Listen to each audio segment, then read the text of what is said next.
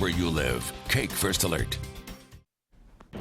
Welcome to This Week in Kansas with your host, Tim Brown. Hello and welcome to This Week in Kansas. Thank you for being with us this morning.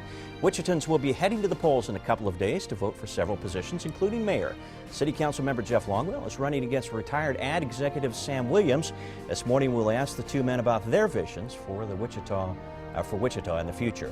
And the governor signed over a dozen bills into law this last week. We will discuss some of those and their impact on the state. We're going to start with our mayoral candidates in this first half-hour shows. Welcome to the program, gentlemen. We appreciate you being on. Thank you, Tim. It's good to be here. This is one of the more exciting, I think, mayoral campaigns that we've seen here in the city of Wichita in several years, and one of the more competitive ones as well. So, first of all, congratulations to both of you for making it this far. I know this has been quite a campaign, and we're near the finish line. We are. I imagine that's got to be a bit of a relief at this point. Let's start off with kind of an easy question for the two of you, and we're going to ask you just, Jeff, since you're immediately to my left, you get this first one. Why do you want to be mayor of Wichita, and what do you think that you have to offer the city that is unique? Number one, I love Wichita, and certainly have a vision to make Wichita a better place tomorrow than it is today. I have quite a bit of experience working in public service. I spent 12 years on the May School Board, 8 years on the Wichita City Council, and was able to tackle some tough issues 8 years ago. Wanted to make sure that we took care of flood control in West Wichita, and we had a lot of issues with stormwater flooding. We have built some new fire stations to make sure that we had the proper public safety. And then we completed a number of infrastructure projects, including the first bridge over the Big Ditch in many, many, many years. And so I want to continue that vision. I think there's a number of things that we need to do. But I also ran a company in this city for several years that grew from 5 people to over 75 full-time jobs under my leadership as general manager of that company. And I'm just going to suggest that combining my experience growing jobs in this community and the service that I've spent in various careers, school board and city council, is a great combination to help lead this city. Sam, same question to you. Well, Marilyn and I moved to Wichita 25 years ago, brought our 6 children here, and it's been the greatest thing we ever did. And I ran an advertising agency for the last 25 years. And one of the things you have to do in an ad agency is you have to recruit young people to town. And I've discovered that it's becoming more and more of a challenge to recruit young people to Wichita, Kansas. And I became involved in several efforts to change Wichita, to help us to be able to bring people to this town. And I learned that our pace of change is not what it needs to be to make sure that our young people come to town and want to be here. We need to create more jobs so that the young people who come here have other options for jobs. I've been in a business where I've done that for the last 25 years, and I expect to continue doing that as mayor of Wichita. Let's kind of jump right into the issues, and we'll start with the city sales tax proposal. You guys both talk about job creation, how critical that is. Sam, I want to start with you on this one. It's been an area of some controversy for you as far as which way you voted on that. You've come out officially saying that you voted against it. Some people say that's not true.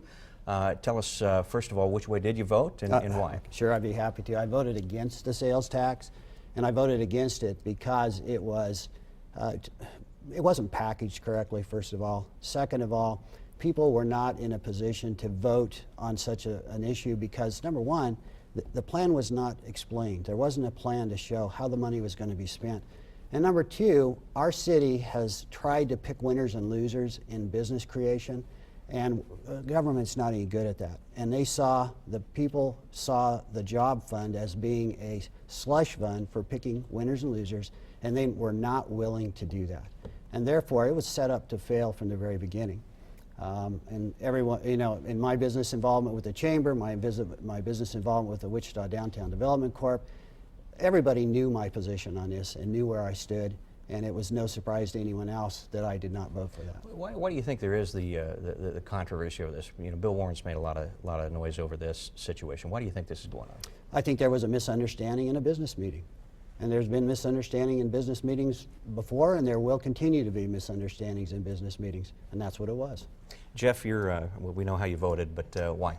I was very clear from the start, including from the bench that morning, that I didn't like the fact that it was bundled. There weren't any quality of life issues in there. And it was the Wichita Metro Chamber of Commerce that were lobbying us hard that morning to put it on the ballot, and we had to bundle it, and we had to do it then. Some other organizations came to us also. that believe strongly in putting it on the ballot. I just didn't think it was the right mix of projects. I didn't think that it should have been bundled, and we need to spend more attention to quality of life in this community. It sounds like neither one of you, okay, you didn't support it as bundled or as presented, but neither one of you specifically have come out, to me anyway, so far and said you disagree with the items in that entity. Would that be accurate for you, Jeff? Not completely. There's some issues in there that I certainly agree with, but I think they need to be reformatted. I don't agree with giving cash incentives to companies, and I've been sharing with my friends that we need to get away from that concept. I shared that with the Wichita Chamber and said we've got to quit giving cash incentives, and they didn't agree with that approach. But I think fundamentally we need to get away from the way that we've been growing jobs in this community and take a different approach, and I've been suggesting that we do that in a different way. Transit needed a permanent fix, not a 5-year fix. We can't grow transit and build it into more of a grid system instead of a hub and spoke, and then 5 years say, okay, we're out of money, let's go back and do this again. We need a permanent fix for transit. Water, I think we have time, but we've got to figure a more equitable way to pay for a 50-year water plan. Sam, any thoughts on the, you said you voted against the plan in general, but anything you supported in that plan? I support street paving, I support transit, I support having water to drink, and I know that we need to create jobs. And the private enterprise, private business, they create jobs. Government provides the place where business can be confident to grow their businesses. And we need a transit plan, we need our streets to be paved, and we need to have water. But it's interesting, I think, Tim, that we find now, since the tax didn't pass, that all of a sudden we're paving 450 miles of additional road. And these things that, to me, the main issue was people had a distrust of government. And therefore, we need to rebuild the trust in government, or maybe even we need to build trust so that when we come with plans that are maybe not totally understood, that people will trust those people who are bringing it to them. You've partially answered my next question, which is, do you think that citizens of Wichita have lost their faith in city government? Is that why this thing didn't pass, or was this just poorly marketed and poorly packaged? I said to people before they even did this, it was poorly packaged and it was poorly marketed. It was a huge problem. But most importantly, though, people did not trust government to administer a job creation fund. That's the winners and losers, and in our city government, we've tried to do that with incentives and other things, and that primarily was not what people wanted to. Plus, people don't like taxes, and we have to be able to give people an understanding of what a tax is going to be before we just say, give it to us. Jeff, I think your position, and you've said this, that you didn't like the way this was packaged. How about the marketing aspect of this? And the other side of this too is you had a pretty significant effort against this with sure. A huge amount of money coming in from the Cokes. Well, understand under the guidelines that we have to work in, the city could not market it themselves. It had to be done privately. And so the chamber took on that task of marketing that sales tax plan, and probably didn't raise as much money as they thought they needed to raise to present a good plan, a good marketing plan. And it was still the chamber and GWEDC that brings those job creation opportunities to us. They just simply have a different approach than what I would like to see us take in the future. All right, guys, we're going to take a commercial break. When we come back, we'll continue our discussion with the mayoral candidates for the city of Wichita. I'll be back in 2 minutes. The difference between gambling and having a gambling problem is worth knowing. Learn about the warning signs that you or someone you care about might be at risk. Know your limits. Find out more. Go to ksgamblinghelp.com. This message is brought to you by the Kansas Alliance for Responsible Gambling and this station. Know your limits. A short storm with lasting impact. Look at that wall, completely blown down. Only Cake First Alert was tracking it live continuously until the threat had passed. There for you, even if your lights were out. Pulled up the Cake News app. In 5 seconds, I was laying in my bed watching Jay Prater. Staying with the story after the storm, alerting you to help with your cleanup. The city is offering you a place to dump them for free. And protecting you from scammers. Going door to door. Cake News. Weather radios save lives. The KAKE First Alert Weather Team is always tracking, alerting, and protecting. But for those times you don't have TV or the internet, a NOAA Weather Radio is one extra measure of protection for you and your family. Protect your loved ones with an affordable, high-quality weather radio. Available now at a Dillon's, Walgreens, or Orscheln's near you. To learn more about this special offer and for helpful tips on programming your weather radio, visit KGLandWeather.com and click on the Weather Radio icon. What can bring hope to a child who's been abandoned or abused? Who can bring stability and make a lasting difference in the life of a young boy or girl? The answer is a parent. Foster families make children's lives better. For nearly 70 years, St. Francis Community Services has helped bring healing and hope to children and their families. But we can't do it without you. Learn more about becoming a foster parent at fostercare-ks.org. And welcome back to This Week in Kansas. My name is Tim Brown. This morning we are having a mayoral forum with Jeff Longwell and Sam Williams. Again, guys, thank you for being on the program this morning. We really do appreciate it. We're going to continue our discussion, and we've talked a little bit about the sales tax, and that's something that got a lot of attention in the last few months, and these are all, I think, issues that the incoming mayor will have to deal with one way or another. And water is something that we chatted about very briefly on the program before the last break, and it's kind of funny because this is something we had talked about on this show before that I think when we are in a crisis situation, everybody gets all panicky about it, and Cheney Lake is empty as it was a summer ago or summer before last. Then everybody wonders what we're going to have to drink. Then we get some rain, and everybody thinks it's not a problem anymore. But we do have an issue, I think, moving forward, and I am kind of curious as to your thoughts on how we'll deal with that. We'll start with you on this one, Jeff. Certainly, the ASR, the Aquifer Storage Recharge, is a great way to store water. Part of the problem with using water from lakes, Cheney Lake loses more to evaporation in the summer than we pump in a year. And so storing it underground is a great way to do that. We initiated the ASR in about 2000, and we've gone through the first two phases. And there's been some issues with it. But we've worked out some of those kinks. We know what it's going to take to fix ASR, and it's going to take a new water supply, whether that's the Arkansas River or whether that's El Dorado Lake. We can appreciate now a water source that will allow us to capture it and efficiently put it underground. The problem is we only use about 60%, 50-60% of the water in the Equisbeds. And so we shouldn't have to pay 100% of the cost to refill the Equisbeds. So we need to find a more equitable way to pay for the ASR project. One of the aspects, I believe, of the sales tax was building kind of a big reservoir above ground up near, I think, between here and Hutch. Correct. Any thoughts on that? Certainly it looked feasible from an engineering standpoint, and I'm not an engineer. I have a son that's an aerospace engineer, and he says, Dad, don't try and fake it. You're not an engineer. But we can appreciate what they're bringing to us in terms of the proper way to store water and sharing that will allow the system to run efficiently over a longer period of time. Big industrial pumps aren't made to run for a month, shut off for 11 months, and then start up again. They need to run more efficiently. Sam, your thoughts on water and the future of Wichita? Sure.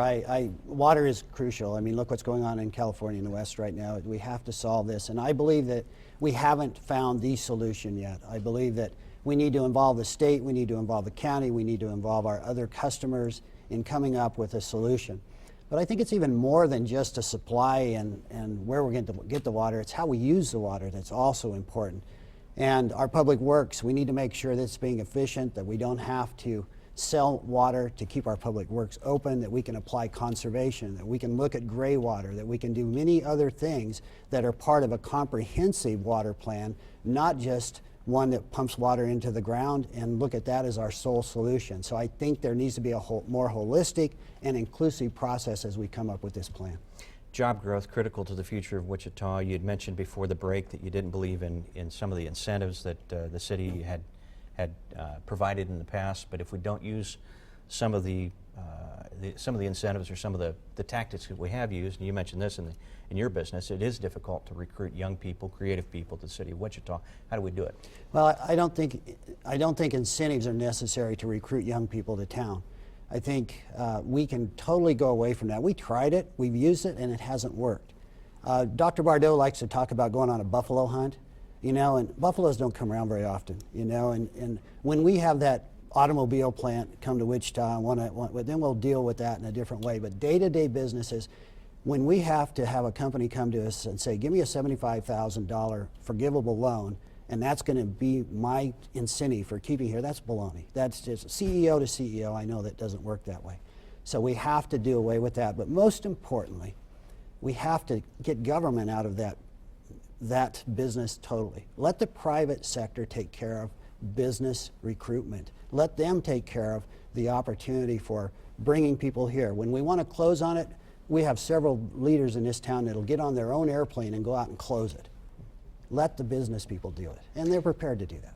Jeff, job growth. 3 things. Innovation Campus at WSU, the Blueprint for Regional Economic Growth, which looks at a variety of clusters that we need to align our resources with, and the export plan that not only shows people new markets, it doesn't invent new markets, it shows people they can take their product today and sell it all over the world. I lived that cluster before we knew it was a cluster. I ran a company that stamped out vinyl graphics, and we grew thousands of jobs in this area, and companies moved into this area. None of them came here and said, I'll move to Wichita if you give me $100,000. They came here because they wanted to be a part of that growing cluster. What drove it was a couple of things. We had a skilled workforce, and that's important, and we need to continue that in aligning those resources with those clusters. But the inventor of the system to stamp out vinyl graphics lived in Wichita, Kansas, and that's how you combine innovation with the job clusters with an export plan that will grow jobs in our community. A fundamentally different approach. Marijuana, we'll totally switch topics now. Marijuana has been in the news quite a bit lately, not only nationally, but locally as well. Sure. And in fact, we have a couple of guests that'll be on the program a little bit later to talk about marijuana reform or sentencing reform when it comes to, in regards to marijuana. Your thoughts in this area, and Jeff, I'm going to start with you on this one. I certainly voted to put that on the next referendum, which is April 7th. We have a group of folks that wanted their voice to be heard. They understood that we have a state statute. If you follow the procedures of the state statute, your voice should be heard. We had 2 options. We could have adopted that as a local ordinance, or we could allow that to go on referendum, and we chose the latter. And so their voices are going to be heard on April 7th, and then the state can figure out if they want to adjust to however the outcome of that vote is, or if they want to go a different plan. Good plan or a bad plan? You know, a good plan for the people to hear their voices be heard. Anytime 40,000 people want to share their direction that they want to take this city, I am 100% behind ensuring their voices are allowed to be heard. Sam? I believe we have a problem with treating people we're mad at in a very unfair way, and we need to fix that. And that's what I believe needs to be done. The state's already said that we're in violation if we do this. I think we could have avoided that. I would be very prepared to go to the state and lobby on behalf of changing these laws so that we don't harm people's lives irreparably for a minor offense. And that's where we would change that, and that's what I would be very much in favor of doing. All right, gentlemen, we're going to take another commercial break. When we come back, we'll continue our conversation with our mayoral candidates. We'll be back in a couple of minutes. Introducing Spangle's new garlic parmesan bacon cheeseburger. It's so juicy. It's like a really good steak. You mean steak burger. I love the smell of garlic. Bacon. Bacon. Bacon. Imagine the savory flavor of Spangle's new garlic parmesan bacon cheeseburger. The sourdough bread tastes just like garlic toast. Parmesan, melted Swiss cheese, and bacon? Wow. Spangle's new garlic parmesan bacon cheeseburger will have people saying, Spangle's, it just tastes better.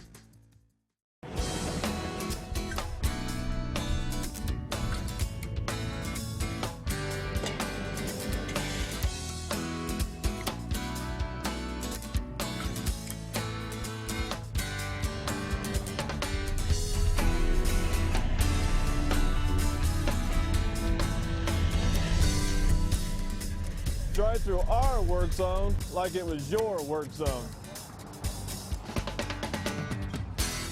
Listen up, cause I got something to say. Adventure Dental smiles are here to stay. From teeth cleaning and polishing too, we'll even check your eyes for you. Adventure, come on if you wanna have some fun. Adventure, come on, cause you're number 1. Whoa! Looks like I could learn a thing or two from you. Adventure, come on if you wanna have some fun. Don't know where he comes from, where he goes, or who he works for. Escape now. My friends, they're in danger. Or face elimination. We're gonna find Sky and I'm gonna take back S.H.I.E.L.D. I'm not going down without a fight.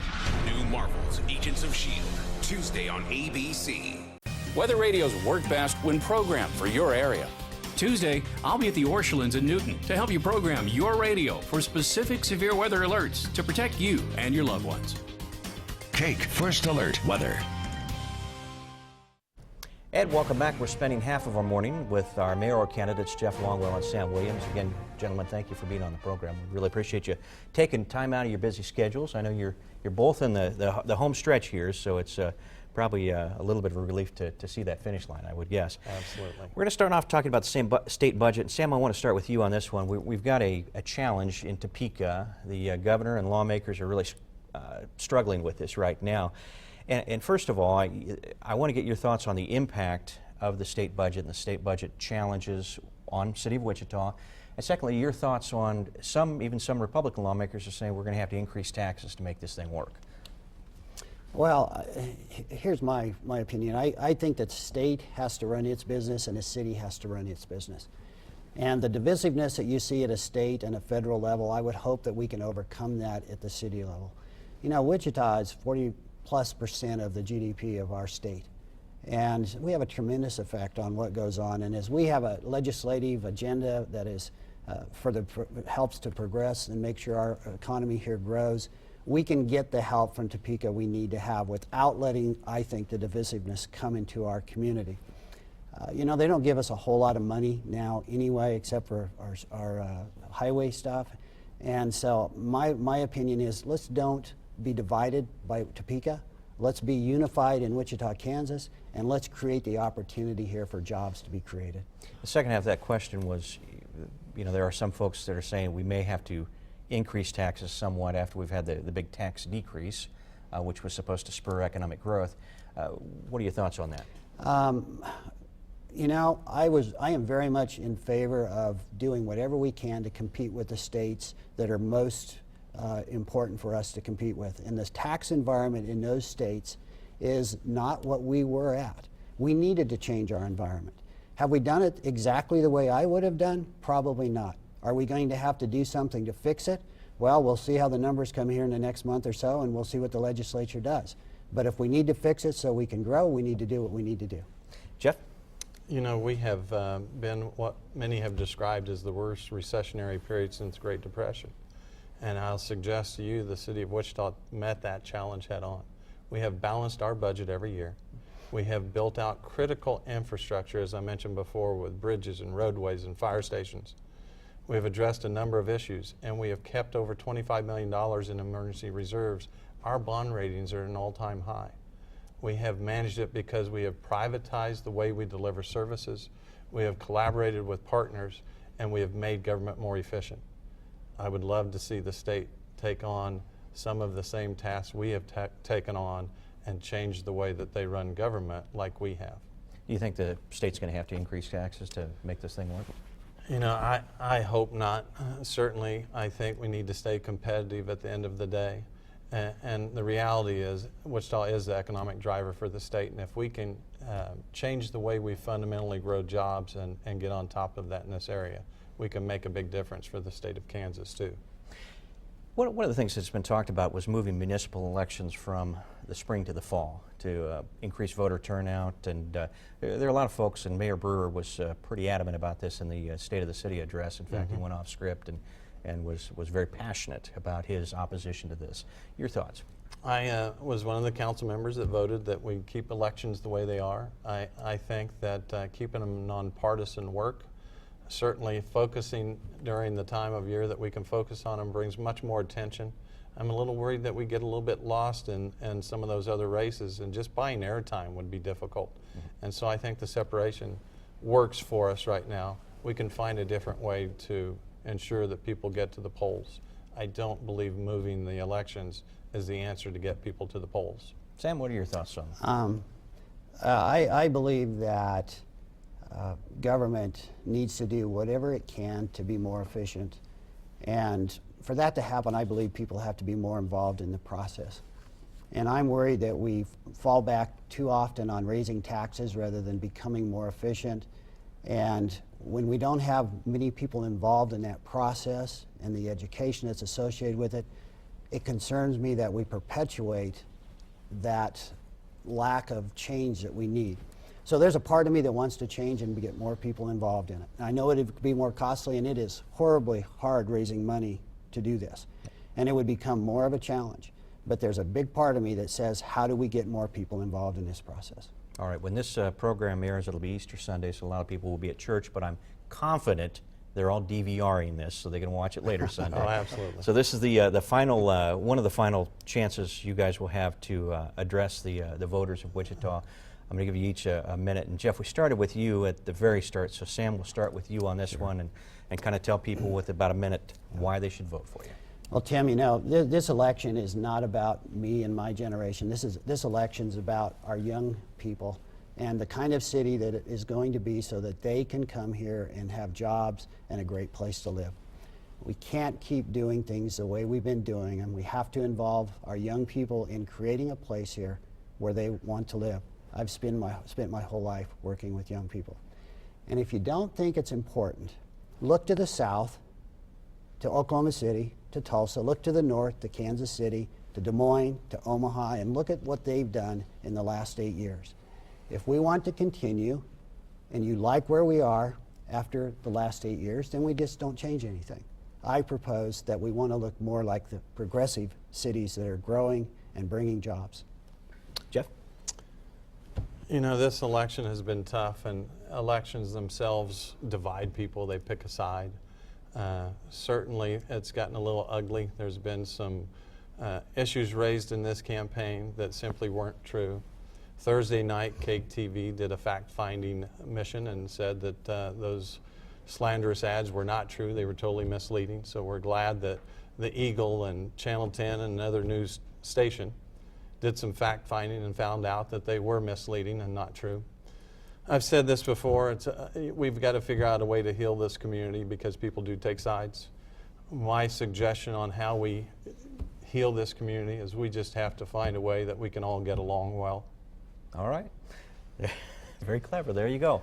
All right, guys, thank you very much for being on the program. Thank you. We really Thank do you. appreciate it. We're going to take a commercial break, and when we come back, we will talk about some of the things happening in the legislature. We'll be back in 2.5 minutes. I remember the moment. I'll never forget that moment. That moment? It was a moment that changed my life. I'd been training with my team for months, and now we had been called up for the first time. The real deal. Wildfires were getting dangerously close to homes. At that moment, I got my first taste of just how important the Guard is to my community. See how the Guard can be an important part of your life at NationalGuard.com.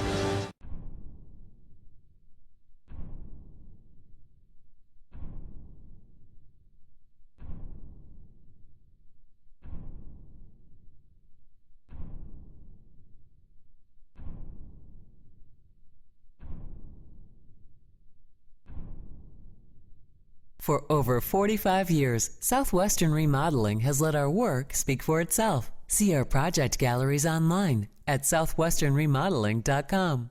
Okay, we know what you want. You want the news. And like anyone from around here, You want it fast, first. and right on point. Because who has any time to waste? You want local news. Your news. Breaking news. Good Morning America. You want your weather. Take first alert weather. News from overnight. All served up, not just fast. But GMK fast. We know. We know. You want it all. Now. Now. And you're in luck. Because your best mornings start right here. With Good Morning Kansas and Good Morning America.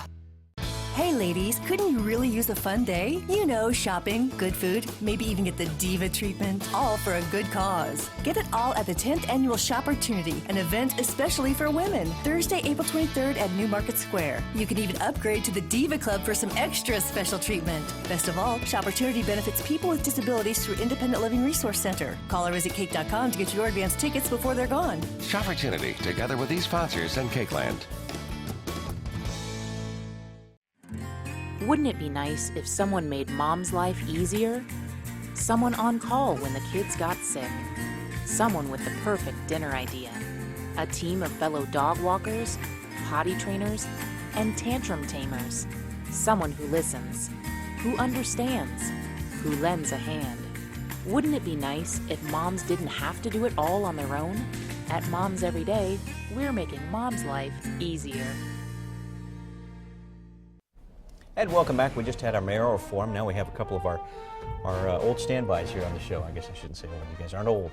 Apologize. But anyway, we've got Rodney Wren and Russell Fox on, and both of you have been following this mayoral campaign very closely. And I want to start off just getting your initial thoughts on what we just saw with our candidates. Rodney? I think you have two gentlemen who are very intelligent and who are very serious about their vision for Wichita and where they think that they can lead the city. I think that the election Tuesday will be very interesting. If you just kind of look at how everything went in the primary, you have to think they got about 55% of the vote, and then there were the other candidates. You have to think that LaVonta Williams votes, whether if those were establishment votes or just LaVonta votes, how those are going to go. But you have to think that the rest of those votes are really anti-establishment votes. So the key question I think for Sam is, has Sam been able to tap into that anti-establishment group, and are they going to show up and are they going to support him, or have, quite frankly, some flubs and some misleading advertising from him or others is going to come back to bite him, and then so therefore whether Jeff can say, tried and true, here you go, let's stick with experience. Well, and there's also the possibility that some of those anti-establishment votes are going to stick with Jennifer Wynn and write her name in. She's presenting herself as a mayoral candidate at large. Right. We probably won't see a lot of that, but then again, given the likely low turnout, that sort of thing could really matter. Substantively, obviously everybody brings their priors to how they view a particular message. I'm not persuaded that I have seen any evidence presented by either candidate to convince me that one is going to be significantly more anti-establishment than the others. You could obviously take a look at their records and you can see that, Sam Williams hasn't been in government, whereas, Jeff Longwell has run basically entirely on his record of government. But still, when you hear them talking about how they would approach tax incentives or how they would do things differently, they use a lot of the same verbiage. Now, that doesn't necessarily mean that they would both act the same way, but I'm looking for evidence that would convince me that there's a major distinction between the two, substantively speaking, and I'm not really seeing that. Well, yeah, and I think those are good points, because even as you watched them for these first three segments of the show, I didn't detect anything really significant between the two of them, and they probably argue that, but really as we sat here and listened to them, they said a lot of the same stuff. Now, of course, Sam campaigns on the fact that he hasn't been in government, right, and Jeff campaigns on the fact that he has, and he knows his way around. So I don't know, it's 6 and 1/2 dozen of the other on that one, I think. But I think a difference is, and if you've gone to any of the other forums, a lot of Sam's answers are very philosophical. And I suppose Jeff should be a little bit more specific, since Jeff's been around and in government for so long. But Jeff certainly seems like the better statesman, maybe. Certainly Sam's campaigning on the fact that he's an effective leader, CEO, businessman, right, and I thought that was very interesting that Jeff co-opted a lot of that business talk, right, with what he's done with his business as well. The problem that Jeff could possibly have is Jeff can talk the talk all he wants. The problem is he has a voting record, and Jeff really hasn't been one that's talked so negatively about public-private incentives and partnerships really until this campaign. So, if people are paying attention to that, they may question some of Jeff's rhetoric there. But we've talked about in other elections how much people do pay attention. Right. It's probably even less in a mayoral race. And then again, let's remember, it's not like everybody who's going to be approaching you know, the ballot booth on Tuesday has an anti-establishment Right. mentality. I mean, if you are one of these people that is particularly concerned about how health workers or how organized labor or how, you know, different well-established interest groups within the city are going to be served because you're a part of those interest groups or that's where your job is and whatnot, you know, the fact that Jeff Longwell has maybe not been so much of a big outside-the-box thinker would actually be somewhat appealing to you. Now, there have been a couple of missteps in this campaign, and we know about the CPA thing or retired CPA. You know, honestly, and part of the reason why I didn't say anything about this today, I just didn't think it was that big a deal, quite frankly. If you're retired, you're a retired guy. I mean, maybe you were a CPA at Bill one time. Warren thinks it's a big deal. I know Bill Warren thinks it's a big deal. And Bill Warren is a very important citizen of Wichita. Yes. Well, he knows this. I love his movie theaters. Well, sure. I love his movie only theaters. ones to go to. My hat's off to him on his ability to run a movie theater. But the other question too is, you know, how he voted on the sales tax thing, which you know he explained up here, I think, to the best of his ability anyway. Those are a couple of missteps. How much of an impact does something like that have on an election at this level that doesn't get the media attention that some of these other elections do? I think it's one of two things. Either because the turnout's so small, these are people that are highly paying attention and so they're really in tune, or you still have the same problem. You have a percentage of people that still are just going to look at, you know, who came to my house, what flyers did I get, whose hair do I like better. I don't know how much it's going to have. I know that there were a number of people who were very turned off by the whole CPA thing.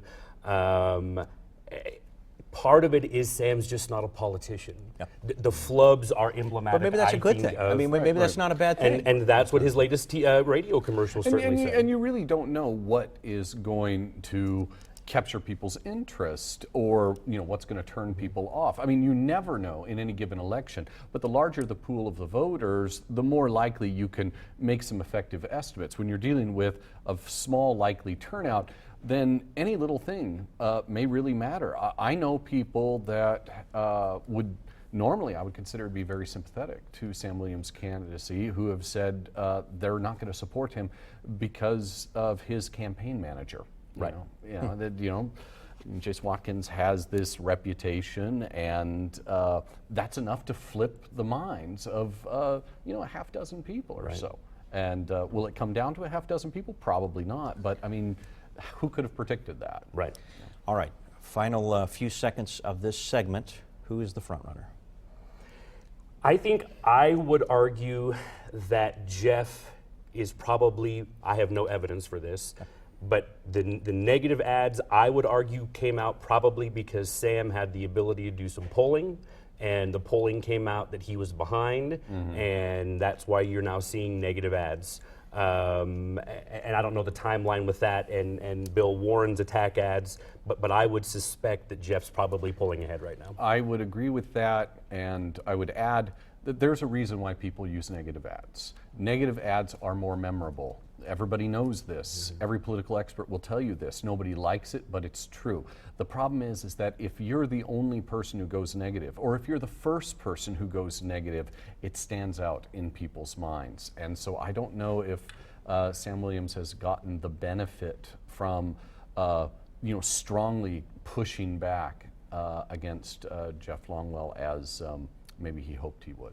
All right, guys, let's take a commercial break. When we come back, we'll have a legislative update, including, we'll talk a little bit about a lawsuit involving Chris Kobach. Be back in 2 minutes.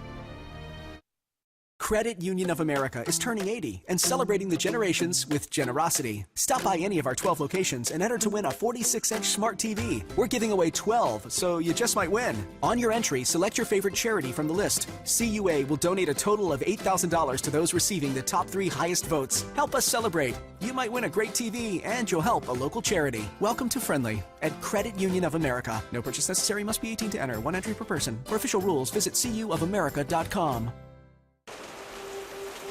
It looks like it's starting to let up a bit. Okay, sounds good. Staying relevant in today's marketplace means working with a cooperative whose business is being relevant, so that what you do in here Stay here. makes sense out there.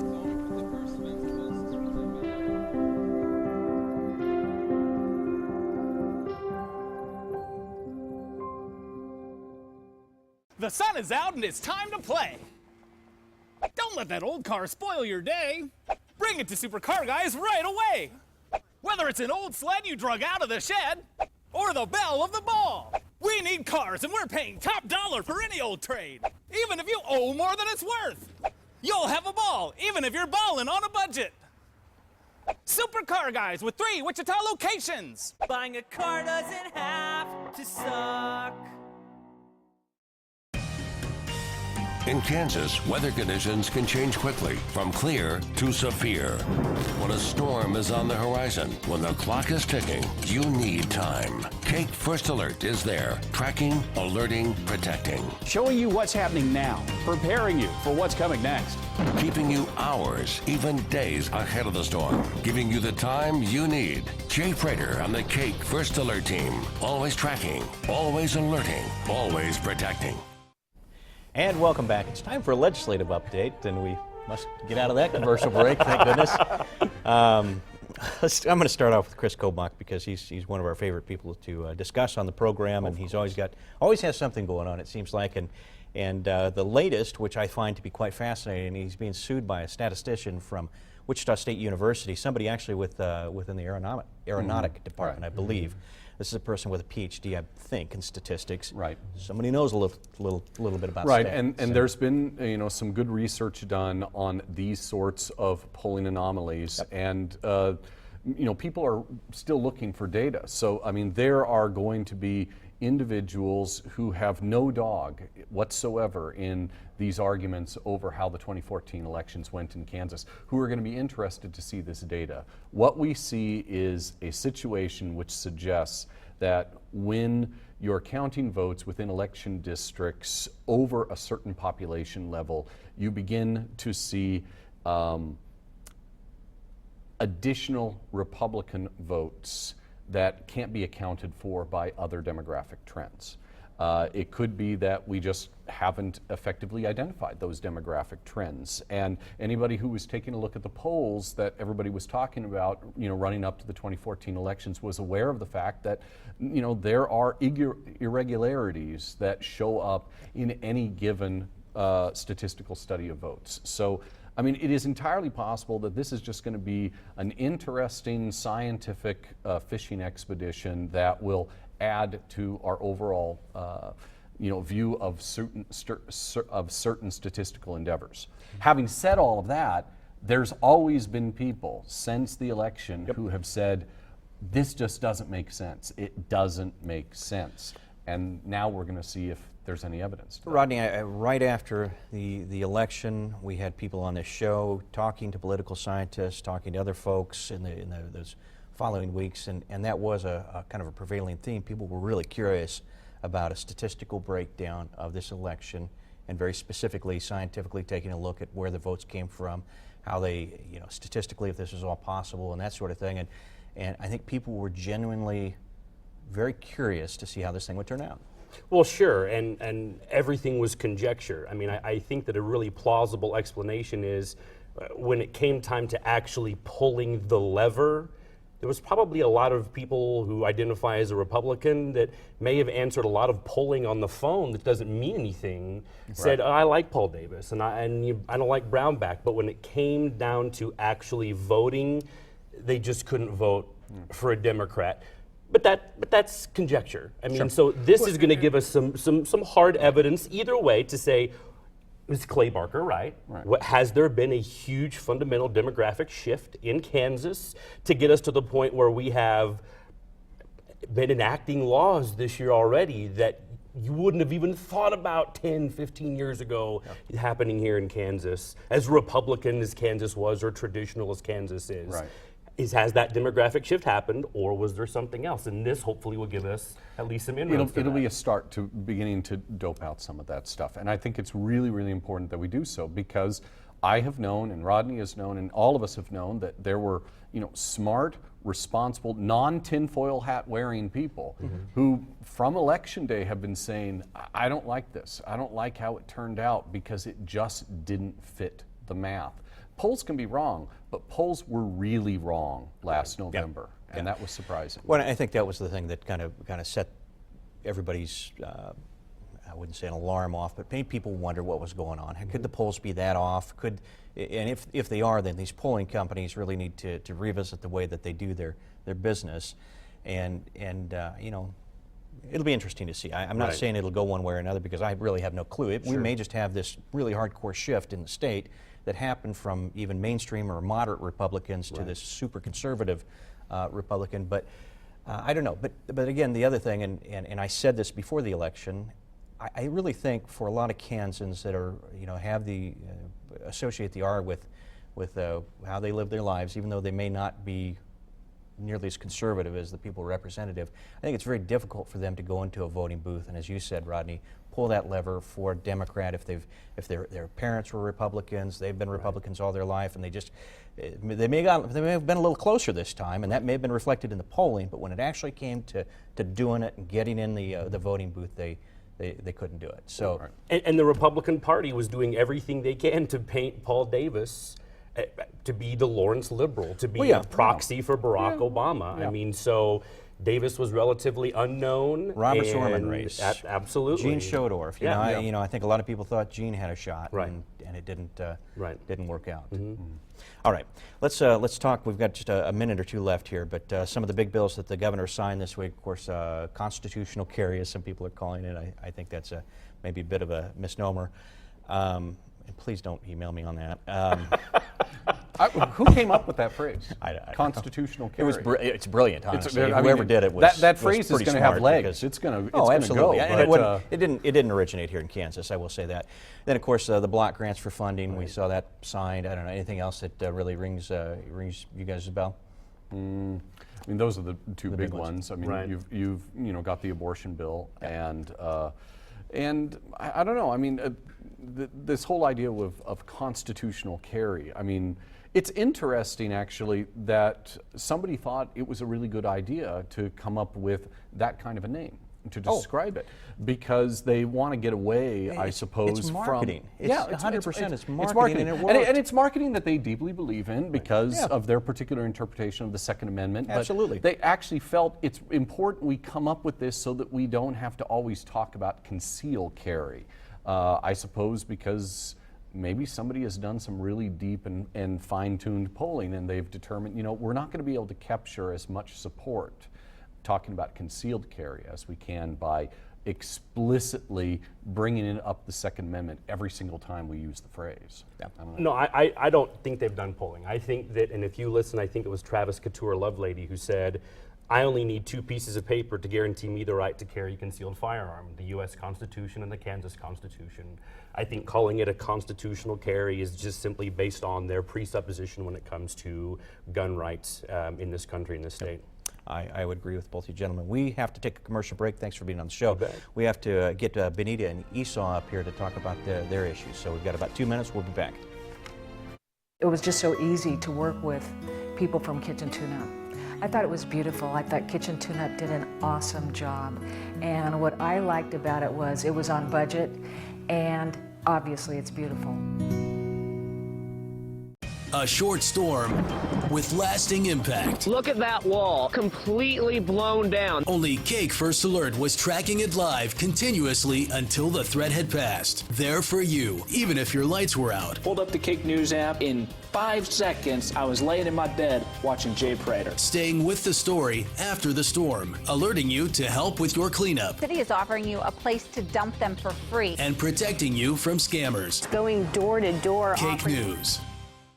Cakeland believes that good teachers deserve to be recognized. Over the past 12 years, along with our partners, we've presented the Golden Apple Award to more than 400 teachers at more than 200 schools, donating more than $100,000.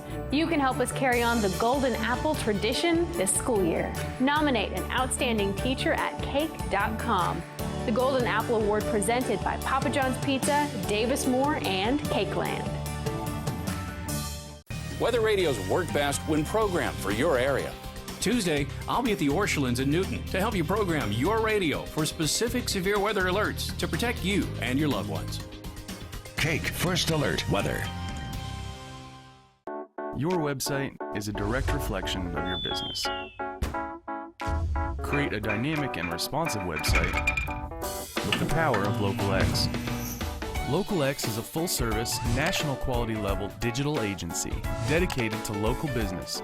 Together, we will maximize the growth of your organization in your community. Contact a local expert and get started today. Local X, your local digital marketing experts. Go online at localxmarketing.com.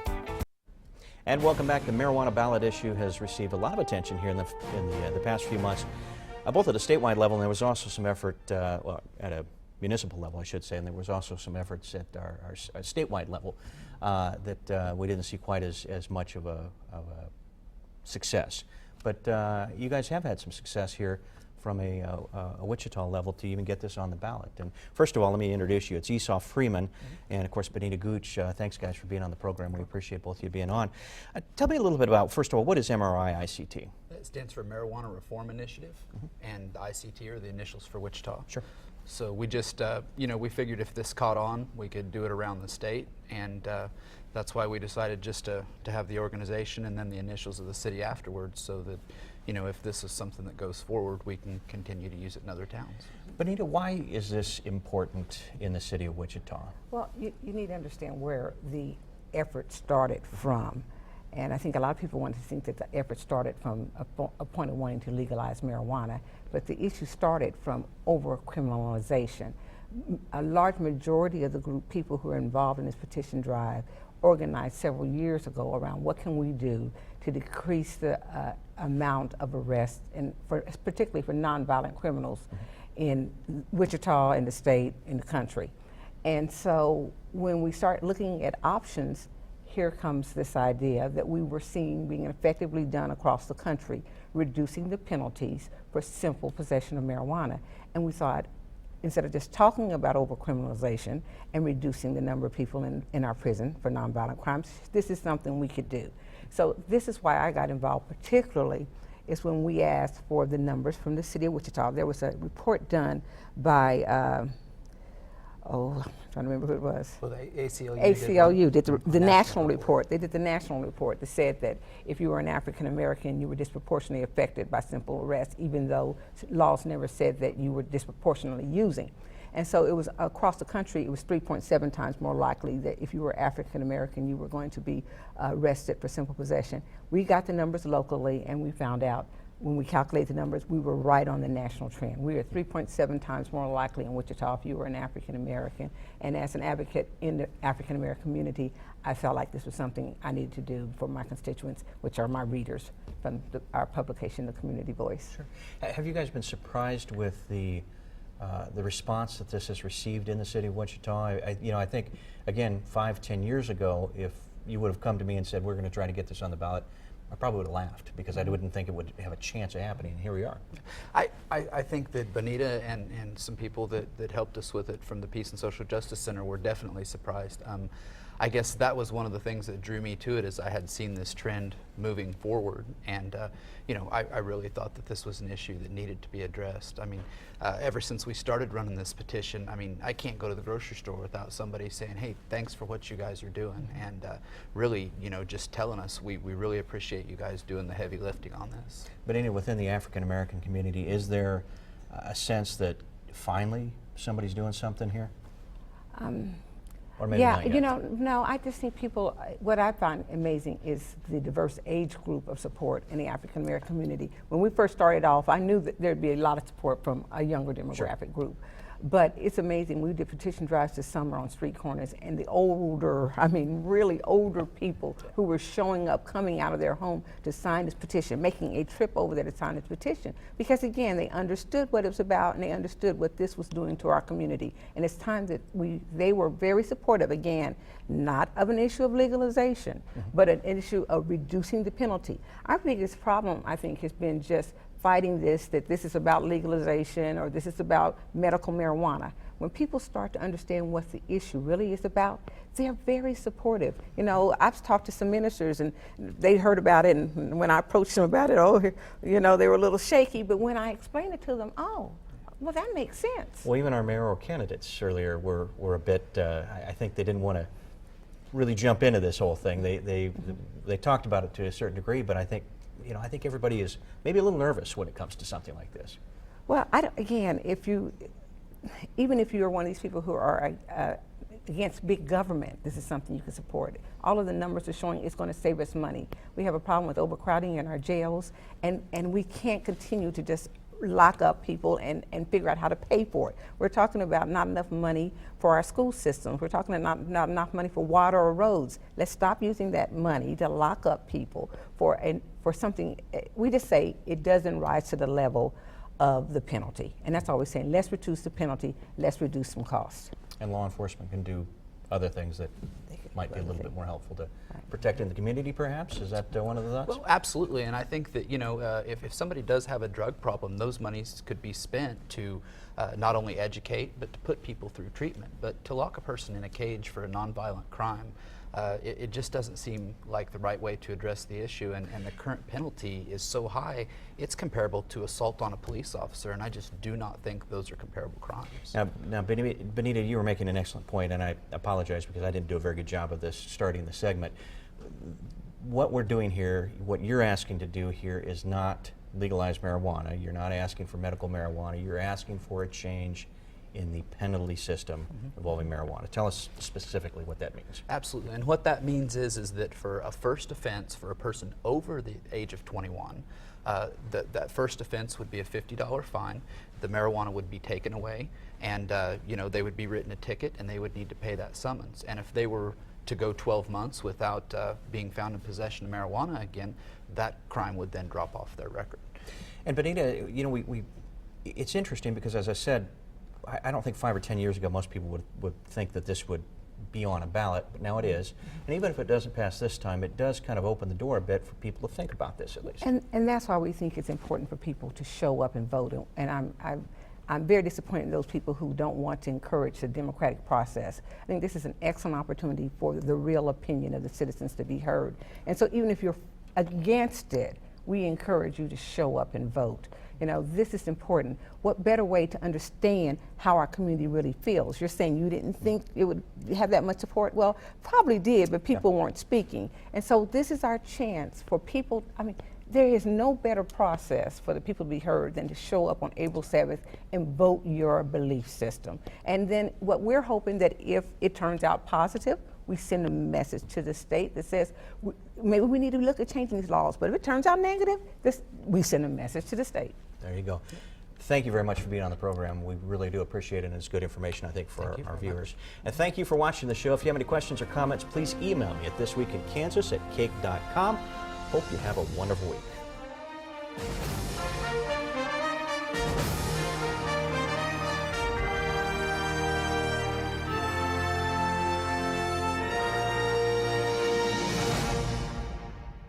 Moms Every Day with Rachel Phillips. Brought to you by the sponsors of